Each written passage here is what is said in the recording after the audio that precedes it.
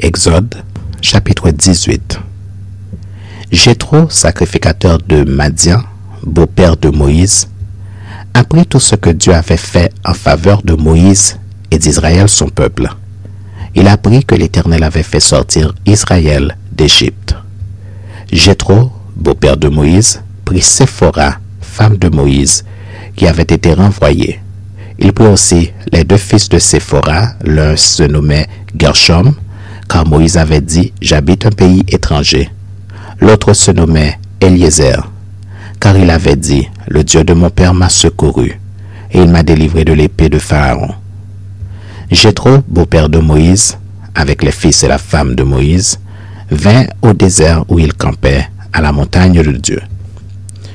Il fit dire à Moïse, « Moi, ton beau-père Jéthro, je viens vers toi, avec ta femme et ses deux fils. » Moïse sortit au-devant de son beau-père. Il se prosterna et il le baisa. Ils s'informèrent réciproquement de leur santé et ils entrèrent dans la tente de Moïse. Moïse raconta à son beau-père tout ce que l'Éternel avait fait à Pharaon et à l'Égypte à cause d'Israël, toutes les souffrances qui leur étaient survenues en chemin et comment l'Éternel les avait délivrés. Jéthro se réjouit de tout le bien que l'Éternel avait fait à Israël et de ce qu'il l'avait délivré de la main des Égyptiens. Et Jéthro dit, « Béni soit l'Éternel qui vous a délivré de la main des Égyptiens et de la main de Pharaon, qui a délivré le peuple de la main des Égyptiens. Je reconnais maintenant que l'Éternel est plus grand que tous les dieux, car la méchanceté des Égyptiens est retombée sur eux. » Jéthro, beau-père de Moïse, offrit à Dieu un holocauste et des sacrifices. Aaron et tous les anciens d'Israël vinrent participer au repas avec le beau-père de Moïse en présence de Dieu. Le lendemain, Moïse s'assit pour juger le peuple, et le peuple se tint devant lui depuis le matin jusqu'au soir. Le beau-père de Moïse vit tout ce qu'il faisait pour le peuple et il dit, « Que fais-tu là avec ce peuple? Pourquoi sièges-tu seul et tout le peuple se tint-il devant toi depuis le matin jusqu'au soir? » Moïse répondit à son beau-père, « C'est que le peuple vint à moi pour consulter Dieu.